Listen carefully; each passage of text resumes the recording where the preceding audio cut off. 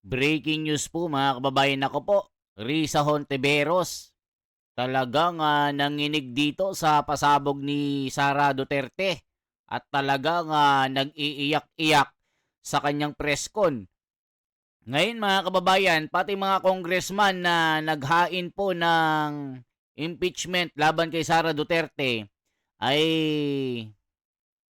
hindi na po magkaundogaga na nagpo-post sa social media na bakit daw aga-aga pa ay namumulitik ka na si Sara na halatadong kinakabahan ng mga ito. At ngayon po mga kababayan, umabot po sa Net 25 itong pasabog ni Sara. At matindi rin ang pasabog sa Net 25. Nako mga kababayan, may tambalang magaganap yata dito ah. Tila Senador Marcoleta, may pasabog din ah. Hay! Mga kababayan ko, yari na. Ang lakas ng tambalan. O ito po mga kababayan ko ha. Dali. Para kompleto. Mhm. Kasi maraming nagsasabi na sino kaya ang magtatapatan maglalaban sa 2028 presidential elections. Ganun ha. So, simula sa araw na ito, iinit na agad ang usapin ng politika. 2 taon pa. No? So, baka wala na magawa ang mga leader ng pamahalaan natin yan, kundi mamulitika na lamang. Help start your lifestyle change. Cook with Golden Fiesta Canola. Ayan mga kababayan ko. Nako, panoorin niyo ito. Magandang eksena ito. Grabeng pasabog na ito. Ito po. Ano ba yun? Sasabi, oo. Ang iba naman, sabi nila, nako, kaaga naman magpolitika. Baka ang mangyayari dyan, crab mentality na agad. Di ba? Wala kang gagawin tama dyan. Lahat yan, may May pupuno na. advantage at disadvantage, Oo, di ba? oo, oo. Pag maaga kang nagdeklara, ay alam ka agad ng tao. Uulanin ka na agad ng Oo. batikos dyan. Oo. Yun yung disadvantage. Oo. Babatuhin ka na ng mga kalaban mo ng kahit anumang Totoo. lahat ng maipambato mo. Oo. Kaya lang siguro inisip niya, ano pa bang ibabato niyo sa akin? Lahat na, pati kaldero, binato niyo na sa akin. Ayan mga kababayan ko. Ito na si Sara. Yari na sila mga kalaban. Ganon.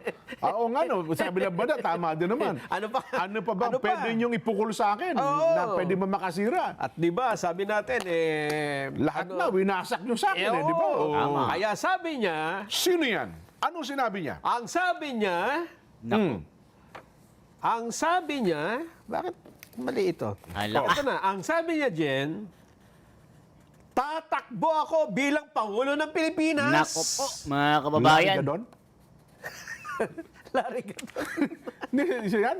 Siya? Meron ba siyang planong... Hindi, baka malay. Nako po, itong si Larry Gadon mga kababayan na laos na abogado na nadisbar ay umiiyak sa social media na itong si Sara daw ay walang panalo. Ay nako Larry Gadon, laos ka na. Nako po Larry Gadon, itigil mo na ang iyong panaginip. Hanggang ngayon aso ka pa din. Sabi ng mga political observer dito mga kababayan. Mo. Di ba? Di ba, dito babae. Babae. Oo. Lauria Gadon? Napanood ko yan. Babae! Risa Hontiveros! Yan na yan. Yan na yan. Tama ka. Ha? Tama ka. Hinahanap ko nga yung may totoo? video tayo eh. Pakita Nagdeklara mo nga rin siya? yung video kasi nagpa-press con din kanina naka-black, di ba? Oo nga no. Pansinin mo, black, tapos yung bandera ng Pilipinas. Oo, tsaka bandera ng Bandera Pilipinas ng Senado. Yan. Tandaan mo yung framing na yan, ha? Oo. Black, nagsasalita. Bagamat hindi niya pa dinirekta, pero ang sabi niya, bukas naman siya. Kasi daw ngayon, Jen, Open siya kung... hindi kasi ganito, ha? Kasi una, last term niya ngayon as a senator. Ang kanilang partido ay nasa proseso na ng pagpili. Pagpili kung sino ang tatakbo. Ano ba partido niya? Eto, ha? O wait lang mga kababayan ha, meron na tayong ipapakita itong pasabog ni Risa Hontiveros. Ito po mga kababayan, ano ba ang kanyang pananaw dito sa sinabi ni Franklin Drilon kay Sara Duterte? Nako po mga kababayan, alam na alam niya na matatalo siya. Ito po. Pakinggan niyo po ito. Nako, Risa Hontiveros. Yari ka na. Ikaw na nagsabi dyan.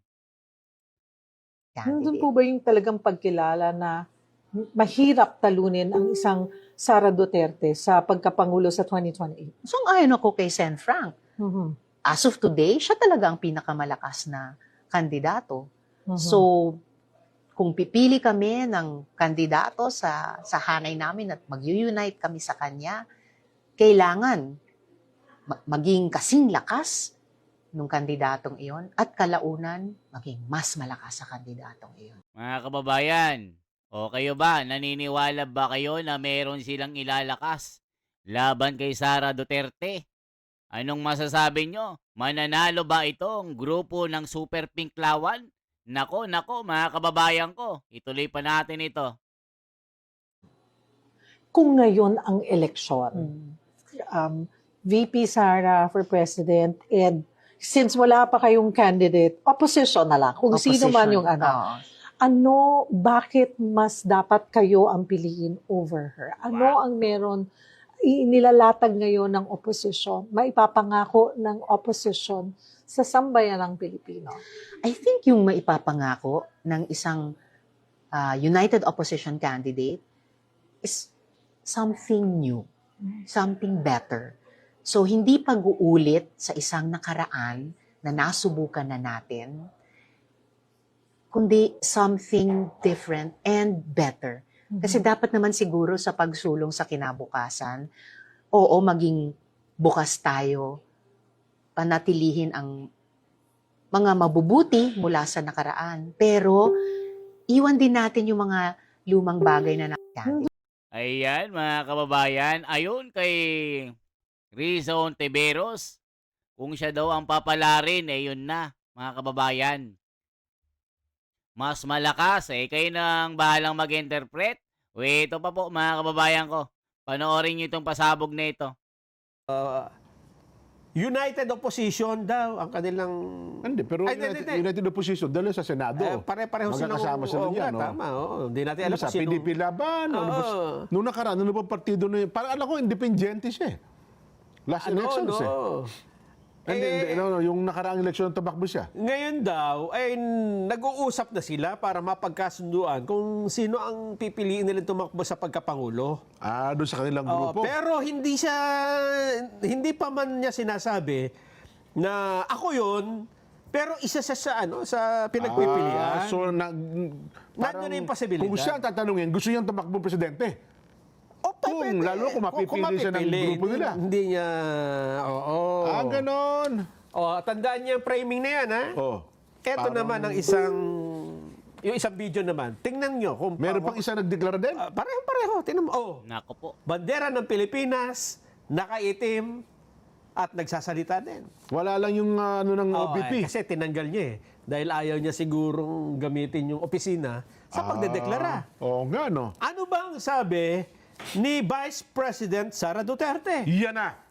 Medyo mahaba ito no? Hindi, mga 9 minutes lang. Tingnan natin kung alin dyan yung... Tanggalin mo na yung intro. natin, no? Yung intro para mga 5 minutes na lang. Okay, sige. Sige. Ito na. Assalamualaikum warahmatullahi wabarakatuh. Madayaw, maayong adlaw, kaninyong tanan. Magandang araw sa inyo lahat.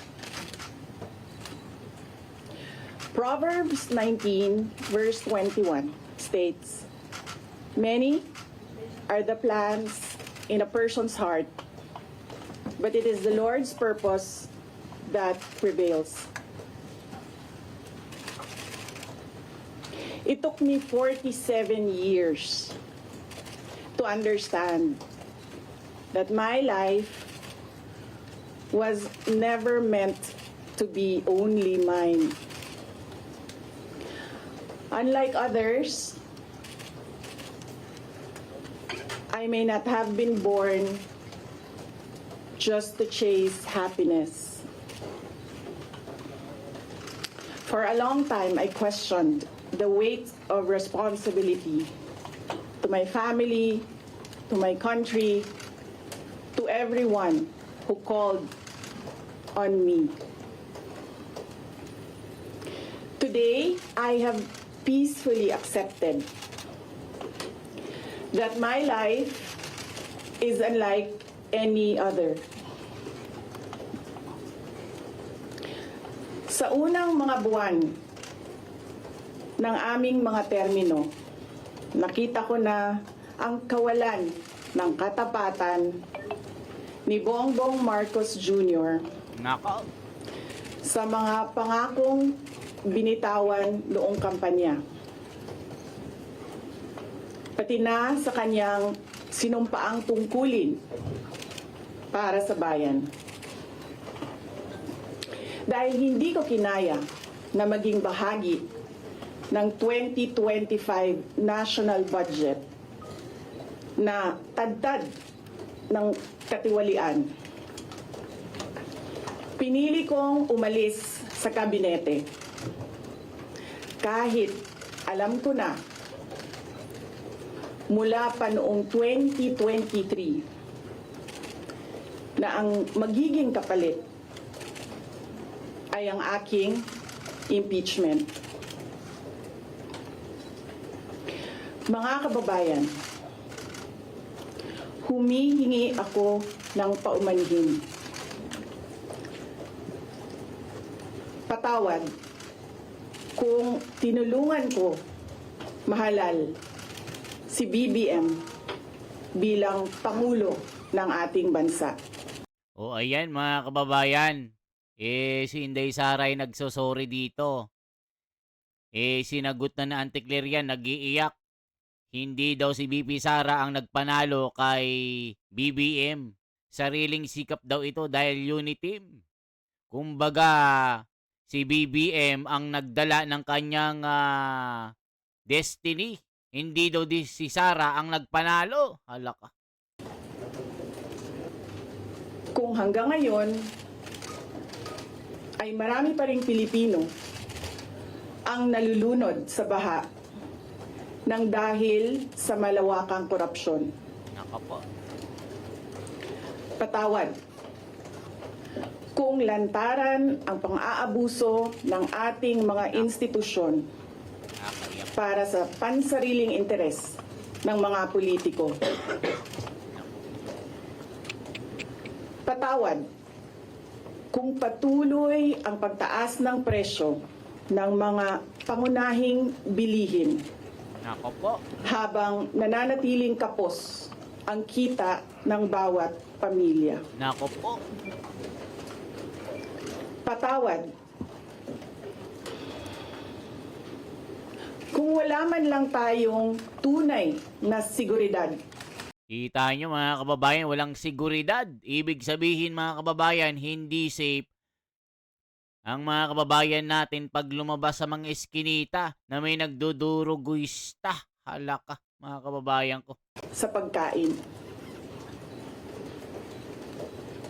Patawad kung may nagkakasakit at binabawian bigla ng buhay dahil sa kakulangan ng maayos at epektibong healthcare system. Nako mga kababayan, nung panahon ni Tatay Digong, inamin po ng taga-PGH, doktor, na mataas ang posisyon na every month may 100 million. Pero ngayon mga kababayan, ni Singkong Duling wala po. Sipin yung pagkakaiba. Kay Tatay Digong 100 million kada buwan. Nako po mga kababayan ko.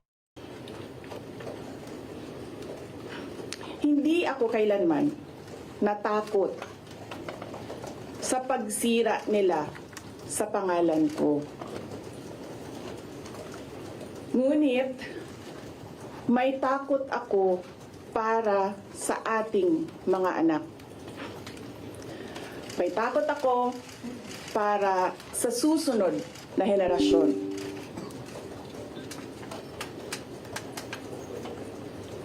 May takot ako para sa mga kababayan nating walang bahay sa ibang bansa. Nako po. Walang pangalawang pasaporte, walang ibang matatakbuhan kundi ang Pilipinas. kahit ito'y patuloy na nalulugmok sa kahirapan. Na ako'y kahadlok, nga moabot ang adlaw na dawaton na lang nato ang kapobrihon isip kapalaran. Nga maanad na ta sa sayok, nga mawad-an na lang ta og paglaom. Ug labaw sa tanan, na ako'y kahadlok,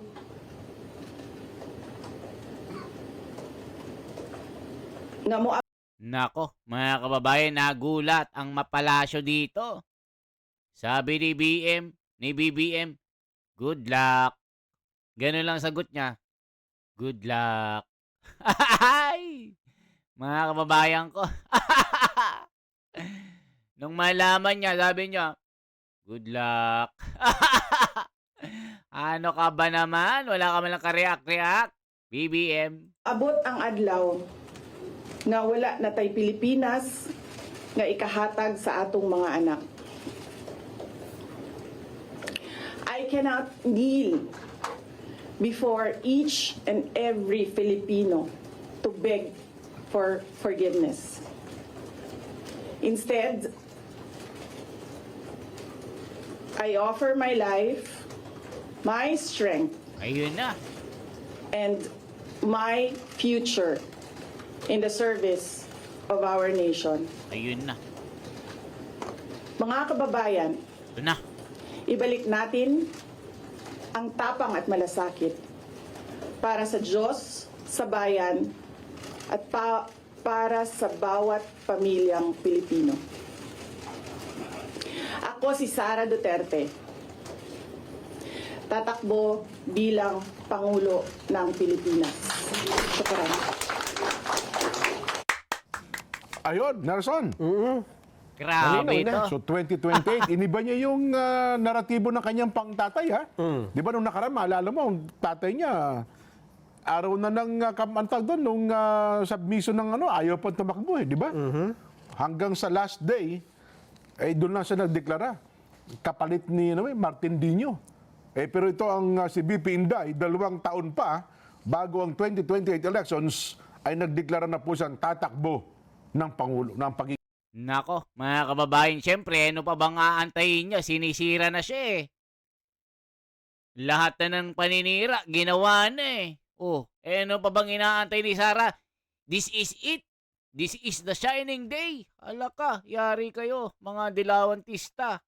Pangulo. Ayun nga, oo. Oo. Maaga.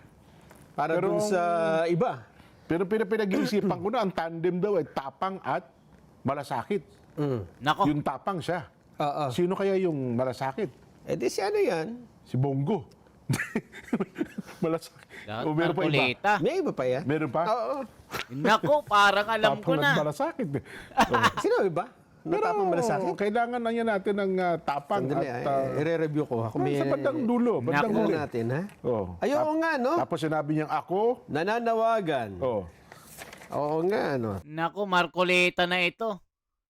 Hindi lang tapang ito. Hindi lang malasakit ito.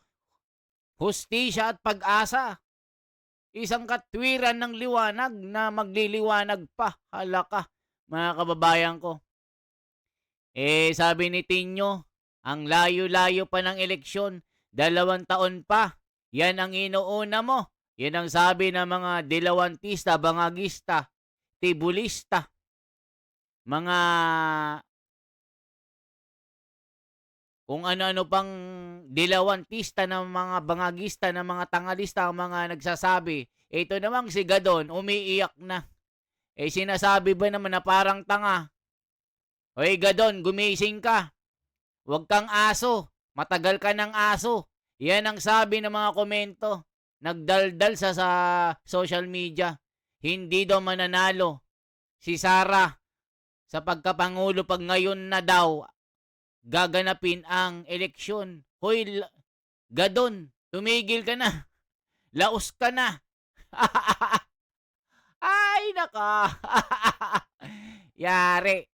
O mga kababayan, kung umabot kayo sa bidyong ito, alam na this, i-like at i-share ang bidyong ito hanggang Sumabog ito hanggang sa Antarctica na mga kababayan natin, okay?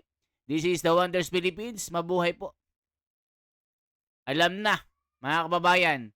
Sabihin nyo rin kung anong lugar kayo para ma-shoutout ko kayo. Gaspar Beltran, shoutout sa'yo. Laging nagko-comment ito eh. Taga Cebu ito eh. O, mabuhay po kayo ha. Mabuhay po sa lahat sa inyong suporta.